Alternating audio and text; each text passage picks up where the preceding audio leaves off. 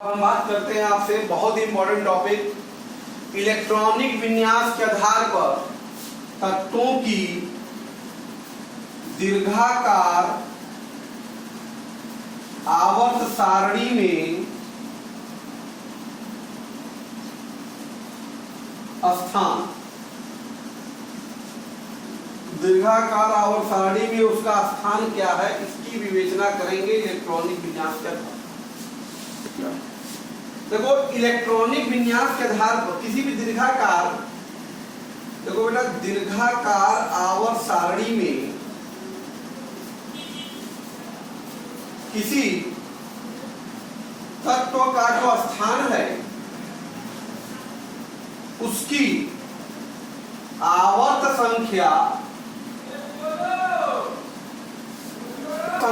तथा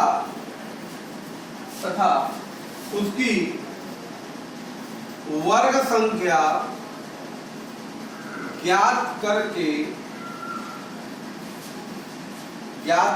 निर्धारित करते हैं।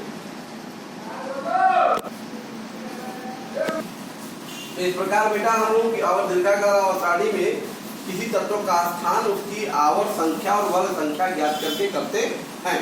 जरा ध्यान दीजिए बेटा, सबसे पहले हम बात करते हैं आवर्त संख्या का निर्धारण। आवर्त संख्या का निर्धारण, देखो बेटा, तो किसी भी तत्व की आवर्त संख्या जो होती है, आवर्त संख्या उस तत्व के बाह्य कोश, उस तत्व के बाह्य कोश के मुख्य क्वांटम संख्या, बाह्य कोश के मुख्य क्वांटम संख्या के बराबर होता है। तो बाह्य कोश का जो मुख्य क्वांटम संख्या होगा वही उसकी क्या कहलाएगी, वर्ग संख्या, सॉरी आवर्त संख्या कहलाएगी। क्लियर बेटा? अब हम बात करते हैं वर्ग संख्या। वर्ग संख्या का निर्धारण, देखो बेटा, इलेक्ट्रॉनिक विन्यास के आधार पर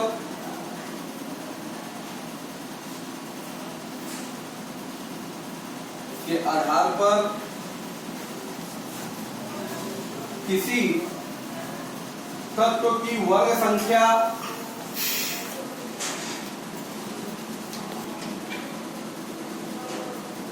के तहत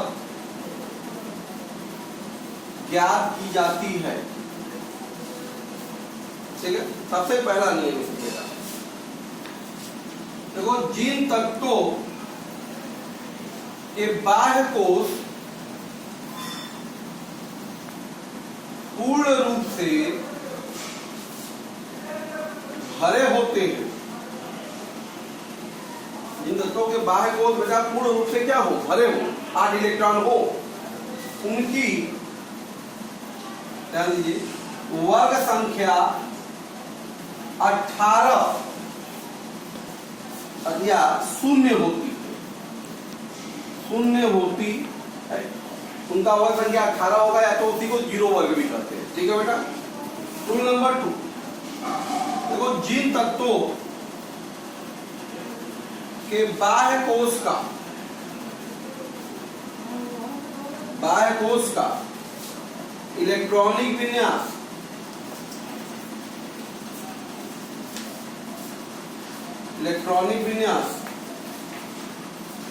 बेटा NS1 to 2 होता है। तो जिसके बाह्य कोश में 1 या 2 इलेक्ट्रॉन NS1 to 2 होता है, उनकी वर्ग संख्या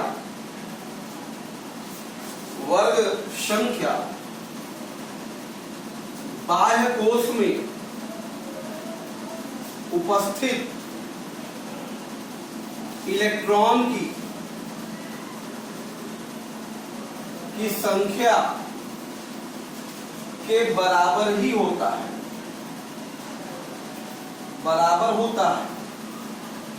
ठीक है बेटा? तथा ये उपवर्ग ए के तत्व होते हैं। इस उपवर्ग के होते बेटा उपवर्ग ए के आता है, ध्यान दीजिएगा। थर्ड रूल देखो, जिन तत्वों के बाह्य कोश का इलेक्ट्रॉनिक विन्यास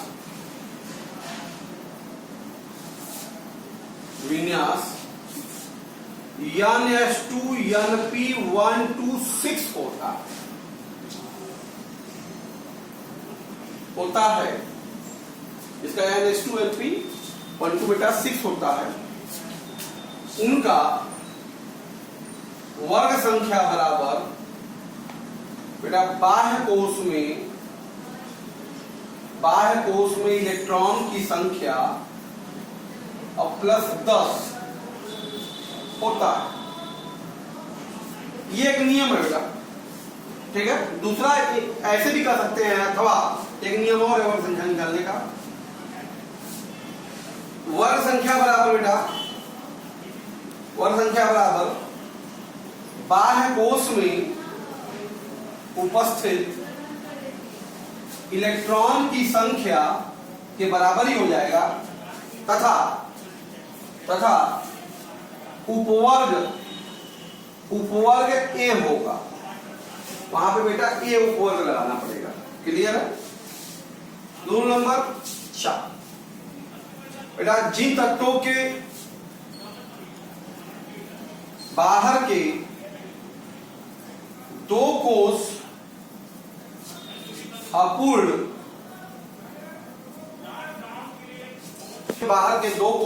होते हैं, उनकी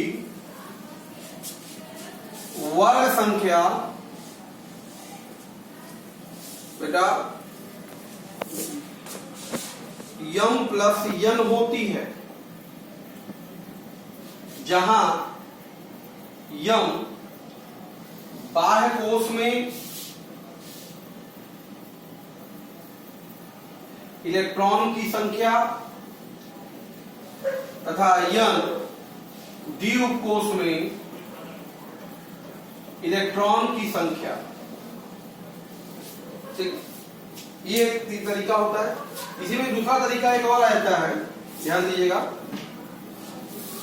अथवा करके। तो बेटा वर्ग संख्या जो होती है इनकी, वर्ग संख्या बेटा वो m+n 8 होती है। ये सेकेंड रूल है हमारा, अथवा करके। इससे भी निकल जाएगा, इससे भी निकल जाएगा, ठीक है। तथा उपवर्ग में बताना होगा, तब ये नियम लगाते हैं बेटा। तथा यह उपवर्ग बी होता है, तथा जहां बेटा ध्यान दीजिएगा, m बाह्य कोश में इलेक्ट्रॉन की संख्या और n को कहा जाता है पिछले कोश में इलेक्ट्रॉन की कुल संख्या। इन नियमों की सहायता से बेटा हम लोग किसी भी तत्वों की आवर्त सारणी में स्थिति ज्ञात कर सकते हैं। आइए जैसे कुछ क्वेश्चन देखते हैं बेटा। परमाणु क्रमांक 4 की आवर्त सारणी में स्थिति बताइए। सारणी में स्थिति बताइए, तो क्या दिक्कत है बेटा? पहले 4 का इलेक्ट्रॉनिक विन्यास लिख दो, 1s2 2s2। तो आवर्त क्या होगा बताओ? बाह्य कोश का मुख बाहर क्या है 2, इसकी मुख का संख्या 2 है, इसलिए आवर्त क्या होगा 2। दूसरे आवर्त गलत तो है ही। आप बाह्य कोश में इलेक्ट्रॉन देख लो, बाह्य कोश में इलेक्ट्रॉन कितना है बेटा 2। तो इसलिए वर्ग संख्या क्या होगी? वर्ग संख्या होगी बेटा इसकी 2। अथवा हम ऐसे भी लिख सकते हैं, रोमन वर्ग में जब लिखेंगे अगर रोमन नंबरों में, तो सेकेंड लिखेंगे और ए लिखेंगे। क्योंकि याद करिए रोमन में कहा जितने इलेक्ट्रॉन होते हैं और वर्ग ए, ऐसे लिखिए या तो सिंपली 2 लिखिए। क्लियर है बेटा? जैसे अगला एग्जांपल ले लीजिए, दूसरा परमाणु क्रमांक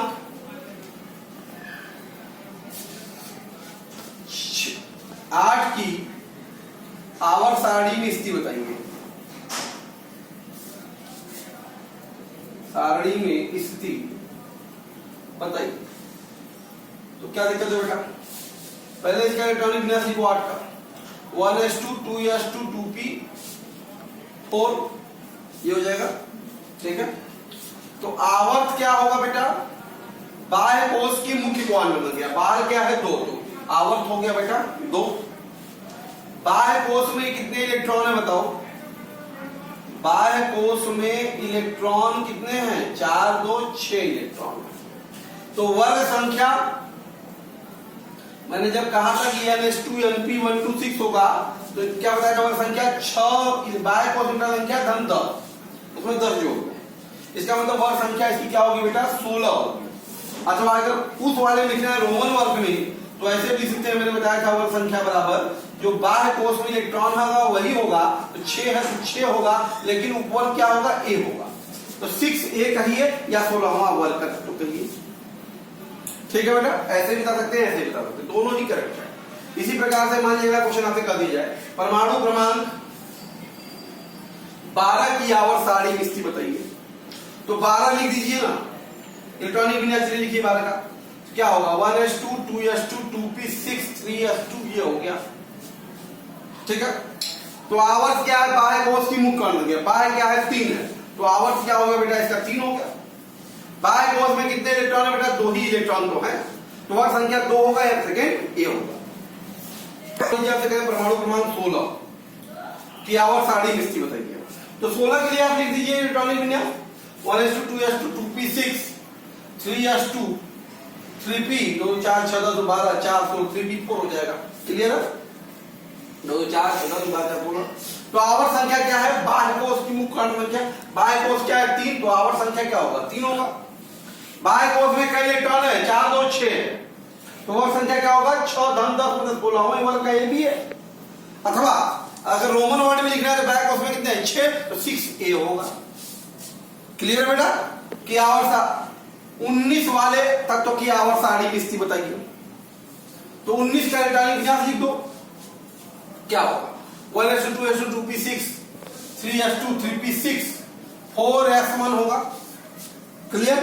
तो बाह्य कोश क्या है बेटा? 4 है, तो आवर्त कितना हो गया? 4 हो गया। बाह्य कोश में कितने इलेक्ट्रॉन है बेटा? 1 है, 1 इलेक्ट्रॉन हो गया। तो वर्ग संख्या क्या होगी बेटा? इसकी 1 होगी, या इसी को कर सकते हैं हम लोग फर्स्ट A भी कर सकते हैं। क्लियर? अगला मान लो क्वेश्चन आपने दे दिया कि परमाणु क्रमांक आप दे दिया जाए 18 की आवर्त सारणी में स्थिति बताइए। तो 18 ले लो बेटा। क्या लिखोगे? 1s2 2s2 2p6 3s2 3p6 हो जाएगा। ठीक है, तो बाह्य आवर्त क्या है? बाह्य कोश की मुख्य कोण बन गया। बाह्य कोश क्या है? 3, तो आवर्त संख्या 3 हो गई। बाह्य कोश में कितने इलेक्ट्रॉन है बेटा? देखो ध्यान दो, 2 6 8 है। कितने हैं? 8 है। इसलिए वर्ग संख्या क्या होगी बेटा? बताओ। पूर्ण से भरा है ना, पूर्ण भरित न हो गया, पूर्ण भरित हो गया, इसका मतलब निश्चित तौर पे बाह्य कोश का, इसलिए वर्ग क्या होगा? 18वां वर्ग होगा, या इसी को हम लोग क्या कर सकते हैं? शून्य वर्ग भी कर सकते हैं। क्लियर है बेटा? मान लो अगला क्वेश्चन आपसे दे दे कि परमाणु क्रमांक 22 वाले तत्व की आवर्त सारणी में स्थिति बताइए। तो क्या करेंगे? 22 इलेक्ट्रॉनिक विन्यास लिख दीजिए आप। 1s2 2s2 2p6 3s2 3p6 4s2 3d2 हो जाएगा। क्लियर है? तो आवर्त संख्या बाह्य कोश की मुख्य कोण बन गया। बाह्य कोश क्या है? 4 है, तो आवर्त हो गया 4। अब देखो, अब यहां पे D2 ब्लॉक खाली है, तो यहां पे क्या ध्यान दो आप। तो बेटा बाह्य कोश में कितने इलेक्ट्रॉन है बताओ? बाह्य कोश में इलेक्ट्रॉन है आपके पास 2, और डी उपकोश में इलेक्ट्रॉन बेटा कितने हैं? 2। ठीक है, डी उपकोश में कितने टर्न है? 2। इसका मतलब ये यम हो गया बेटा, ये यम हो गया। तो वर्ग संख्या बराबर मैंने क्या बताया था? वर्ग संख्या बराबर होगा यम प्लस यम, मतलब बेटा हो गया 2 धन 2, मतलब 4। चौथे वर्ग का तत्व है ये। 22 किसका है? चौथे वर्ग का तत्व है। या दूसरे तरीके से उसमें बताना चाहें अगर हम लोग, तो उसका तरीका मैंने क्या बताया था? वर्ग संख्या बराबर अथवा करके बाएं कोष में इलेक्ट्रॉन 2, पिछले कोष का कुल इलेक्ट्रॉन, पिछले कोष का कुल इलेक्ट्रॉन कितना है 3 है ना, तो 6 2 8 2 10। भाई देखो 2 6 8 2 10 और -8 कर दो, कितना आ गया 10 2 12, 12 में से 8 गया बेटा, कितना बचेगा 4। देखो 10 2 12, 12 में से 8 गया 4। इसको हम क्या कहेंगे बेटा, फोर्थ कहेंगे। और उपवर्ग क्या हो जाएगा बेटा, ये बी हो जाएगा। चौथा वर्ग कह दें या सिंपली आप फोर्थ बी करें, ऐसे भी नहीं जा सकते हैं। क्लियर है। अगला क्वेश्चन देते, मान लीजिए परमाणु क्रमांक 24 की आवर्त सारणी में स्थिति बताइए। तो 24 का इलेक्ट्रॉनिक विन्यास लिखो, 1s2 2s2 2p6 3s2 3p6 बेटा 4s1 3d5 ये होता है। तो बाय कोष क्या है 4, तो आवर्त क्या हो गया 4 हो गया। क्लियर है। तो यहां पे जरा देखो यम का मान कितना है बेटा, बाय कोष में कितने इलेक्ट्रॉन है 1, यम का मान कितना है डी उप कोष में कितने इलेक्ट्रॉन है बेटा 5, कितने 5। इसलिए वर्ग संख्या क्या आएगी बेटा बताओ, वर्ग संख्या हो जाएगी आपकी 5 धन 1 बराबर 6। तो छठवें वर्ग का होगा ये, अथवा दूसरे नियम से अगर लगाते वर्ग संख्या बराबर, देखो 1 धन पिछला जोड़ लो सारा, तो 2 6 8 8 5 13, देखो 6 2 8 8 5 13 और -8 तो 13 14, 14 में से 8 गया 6, मतलब बेटा क्या होगा 6b। किस वर्ग का है 6b का है। क्लियर है बेटा, इस तरीके से लगा सकते हैं। अगला क्वेश्चन मान लो दे दिया जाए आपको, परमाणु क्रमांक 26 की आवर्त सारणी में स्थिति बताइए। तो 26 का इलेक्ट्रॉनिक विन्यास आप लिख दीजिए, 1s2 2s2 2p6 3s2 3p6 4s2 3d6 होगा। तो आवर्त क्या होगा, बाय कोष की क्वांटम संख्या 4 हो गई। बाय कोष में कितने इलेक्ट्रॉन बेटा 2, और डी उप कोष में कितने इलेक्ट्रॉन बेटा 6, देखो 6। तो यम प्लस एन कितना हो गया 2 6 8। तो वर्ग क्या होगा बेटा इसका 8वां वर्ग का होगा। क्या होगा वर्ग संख्या, एक ही बताइए, कोई दिक्कत नहीं, 8वें वर्ग का होगा। क्लियर है। मान लिया फिर कह जाए 29 की आवर्त सारणी में स्थिति बताइए। 29 की बताइए, चलिए 29 का लिखिए ना, 1s2 s2 2p6 4s1 3d10 4s2 3d10। तो बेटा क्या होगा ध्यान दो, आवर्त क्या है चौथा ही है, यम की वैल्यू 1 है, एन की वैल्यू बेटा कितनी है 10 है। तो कितना हो जाएगा वह संख्या 10 और 1 11। तो ये 29 वाला किसमें है बेटा 11वें वर्ग में है, चौथे आवर्त में। क्लियर है। मान लो परमाणु क्रमांक 17 दे दिया, कह रहा इसकी आवर्त संख्या बताइए, आवर्त सारणी में स्थिति 17 की। चलिए देखिए 17 का देख लीजिए, तो 1s2 2s2 2p6 3s2 3p5 हो गया, 2 4 6 2 12 5 17। तो वह आवर्त क्या होगा, आवर्त क्या होगा 3 होगा। वर्ग क्या होगा बेटा, बाह्य कोष में इलेक्ट्रॉनिक संख्या कितनी है 2 2 5, देखो 7 है, और 10 जोड़ दो कितना आ जाएगा 17वें वर्ग का है तत्व। ठीक है। तो इस तरीके से आज हम आपसे बात कर रहे थे बेटा खास तौर पे दीर्घाकार आवर्त सारणी में किसी भी तत्व की आवर्त सारणी में स्थिति निकालना। इन नियमों का प्रयोग करके हम किसी भी तत्व का दीर्घाकार आवर्त सारणी में आवर्त संख्या अथवा वर्ग संख्या इलेक्ट्रॉनिक विन्यास की मदद से निकाल सकते हैं। इस पर आप ढेरों प्रैक्टिस कीजिए, इसमें कई क्वेश्चन परीक्षाओं में पूछे जाते हैं, कंपटीशन में पूछे जाएंगे। बात समझ में आ रहा है, इसको रिवाइज कीजिए। Okay, thank you.